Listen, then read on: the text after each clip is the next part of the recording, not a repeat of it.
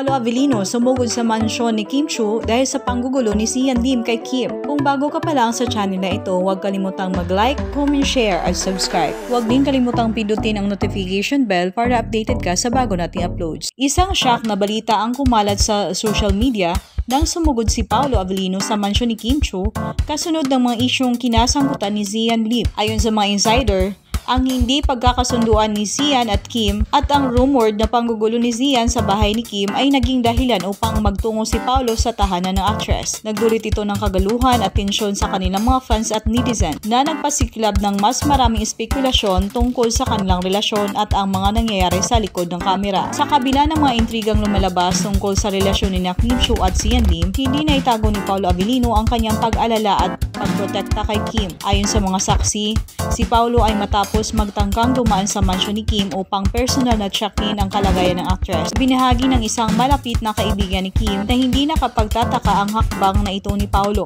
dahil kilala siya sa pagiging mabait at maalaga sa mga taong malalapit sa kanya. "I'm just here to make sure Kim's alright." Ang nabi umano ni Paolo na nagpapakita ng kanyang malasakit kay Kim at pagprotekta sa kanya mula sa anumang negatibong epekto mula kay Sian. Hindi na bago sa showbiz ang kumakalat ng mga chismis at intrigang may kinalaman sa mga relasyon ng mga sikat na personalidad at ang issue sa pagitan ng Kim Chiu at Sian Lim ay hindi naiwasan. Ayon sa mga ulat, si Sian ay tila hindi matanggap ang relasyon ni Kim kay Paolo at may mga naiulat na hindi magandang kilos mula sa aktor na naging sanhi ng tensyon sa kanilang samahan. Nagkaroon umano ng ilang mga paghaharap sa social media at mga pribadong usapan na naging sanhi ng di pagkakasunduan na nagpalala ng sitwasyon. Ang mga hindi pagkakaunawaan at mga saloobin ni Sian ay nagresulta sa isang komplikadong sitwasyon at dito pumasok si Paolo bilang protector ni Kim. Habang lumalakas ang usap-usapan tungkol sa pangyayaring ito, maraming fans ang nagpapakita ng suporta kay Paolo Avellino na tinatawag na isang true gentleman sa kanyang mga ginawang hakbang upang protektahan si Kim. Sa social media, agad na kumalat ang hashtag na Paolo Protects Kim at maraming mga followers ang nagpapasalamat kay Paolo sa pagiging maalaga kay Kim na tila nagpapakita ng isang matibay na pagkakaibigan o mas malalim na relasyon. Paolo Avellino is truly a gentleman, always looking out for Kim. That's what we love about him, sabi ng isang netizen. "Paolo, you're such a good guy. Kim is lucky to have someone like you by her side," sabi pa ng isa. Sa kabila ng lahat ng kontrobersya, ang nangyaring panggugulo ni Sian kay Kim at ang protektang hakbang ni Paolo ay nagbigay ng bagong dimensyon sa kanilang relasyon. Ang mga fans ay patuloy na nag-aabang kung ano ang mangyayari sa susunod. Huwag din kalimutan na ang mga tao sa showbiz ay may kanya-kanyang mga dahilan at motibo, kaya't marami pa ang hindi nakikita ng publiko. Kahit na may mga intrigang naglalabasan, ang mga aktor tulad ni Paolo Avellino ay patuloy na nagbibigay ng proteksyon sa mga mahal nila sa buhay. Naging matatag si Kim at Paolo sa kanilang samahan, habang patuloy na rin nilang tinatanggap ang mga pagsubok sa kanilang personal na buhay. Sa ngayon, nananatili ang Kim Pao na magkasama sa maraming proyekto at nagiging inspirasyon sa mga fans na laging nagpapakita ng kanilang suporta. Kim Pao, ang tambalang biglang dumating at minahal ng karamihan. Habang ang hapon ay nagiging gabi, ang skyline ng lungsod ay saksi sa mainit ngunit matamis na chemistry ni Kim Chiu at Paolo Avellino sa kanilang Metro-style cover shoot na inilabas kasabay ng kanilang nalalapit na Star Cinema romantic comedy film na My Love Will Make You Disappear. Para sa cover shoot, nagpakita si Kim ng isang hindi pangkaraniwang matindi at matapang na itsura. Marami na akong ginawa na Metro covers kaya sinubukan naming maghalo-halo at gawing iba ang itsura ko gamit ang bang, layers at lahat-lahat. Hindi komportable pero ang simula ng actress kasi hindi ka sanay. Paolo Avellino ang sumingit. "Hindi ako sanay pero sabi niya maganda naman." Wow! Kim ay nagbiro at tumawa. Sa kamera ang importante. Sagot niya na nagbigay sa amin ng sulyap na kaakit-akit na palitan ng biro ng dalawa. Kilalang kilala bilang Kim Pao, ang tandem ni Kim at Paolo ay isang pag-aaral ng kaibahan. Si Kim ay napapangiti paminsan-minsan habang si Paolo ay maingat na nakikinig at nagmamasid. Siya ay mukhang masigla at puno ng enerhiya habang si Paolo naman ay may tahimik na kasilian at mahinahong asal. Mayroon siyang uri ng mapaglarong kuryosidad na kayang matuklasan at ilantad ang tiyak na misteryo sa kanya. Ngunit sa kabila ng kanilang magkaibang katangian, madali mong mapapansin kung gaano sila kasaya at komportable sa piling ng isa't isa. Ang Ang pagsasama ni Kim at Paolo minsang tila ba bigla na lang dumating mula sa wala.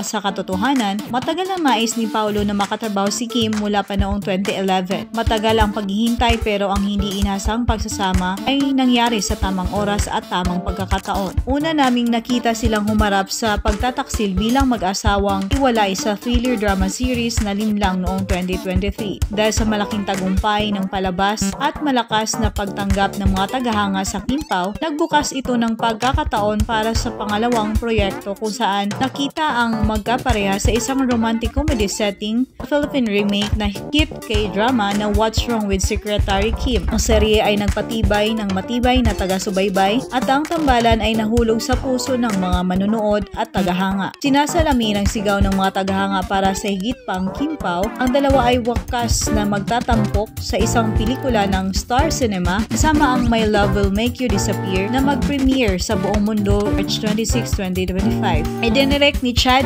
V. Vidanes. Ang pelikula ay sumusunod sa umuusbong na romansa sa pagitan ng isang babaeng nakatakdang mawala ng mga potensyal na manliligaw habang sila'y bigla na lang mawawala at isang lalaking may suliranin na nais maglaho. Ang pelikula ay pinagbibidahan din na Wilma Doesn't Love Abilia, Benj Manalo, Megs Almendras, Martin Escudero at Karina Bautista. Nang unang hinarap ang When My Love Will Make You Disappear kina Kim at Paolo ng hiwalay, ito ay sinalubong ng magkahalong emosyon mula sa kanilang dalawa, excitement, kaligayahan at kaunting pagbabahala. Sabi ni Kim sa Metro Style, after Linlang and What's Wrong with Secretary Kim, pinakita nila ito sa akin at sinabi na kasama si Paolo at rom-com, so parang ako, tatanggapin kaya ni Paolo to?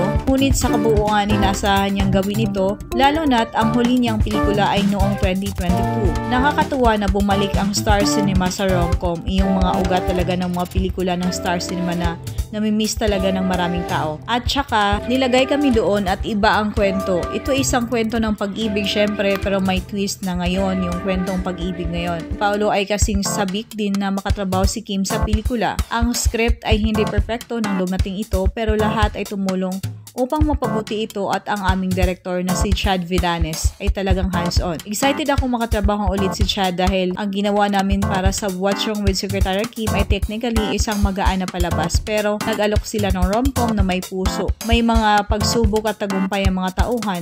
Napaka-relatable nito, ibinahagi ng aktor. Nang tanungin tungkol sa pelikula, masigang ibinahagi ng dalawa ang kanilang mga saloobin. May love ba talaga nagsistay o lahat ng love nawawala? Ganun yung premise ng pinto. Simpleng ngunit makabuluhang inilarawan ni Kim. Ito tungkol sa isang babae na lahat ng minahal niya ay nawawala at sinisisi niya yung sumpa. Nakilala niya ang isang lalaki na malalaman ang babae may sumpa na nawawala lahat ng minamahal niya at naisip niyang ipagpapaibig siya nito dahil sa tingin niya ito ang pinakamadaling paraan para mawala siya ng walang sakit. Paliwanag ni Paolo. Si girl naman, sa dami ng minahal niya, ang tanong ay lagi ay, bakit kaya sila nawawala? Baka ba ako ang masyadong mamahal o dahil ito sa sumpa? Sa journey na yon, kasama kayo para magbigay ng mga sagot. Dagdag ni Kim na epektibong sumasalamin sa dilema ng mga tauhan.